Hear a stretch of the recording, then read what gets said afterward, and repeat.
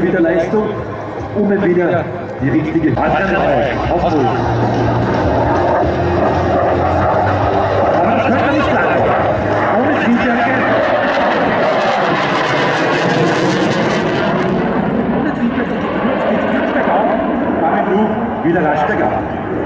Also in den Jets ohne Energieeinsatz zu fliegen, ist eher eine Mission Impossible. Außer ein paar Sekunden. Da macht jetzt ein Vollkreis über rechts, bis dann wieder Richtung Westen fliegt.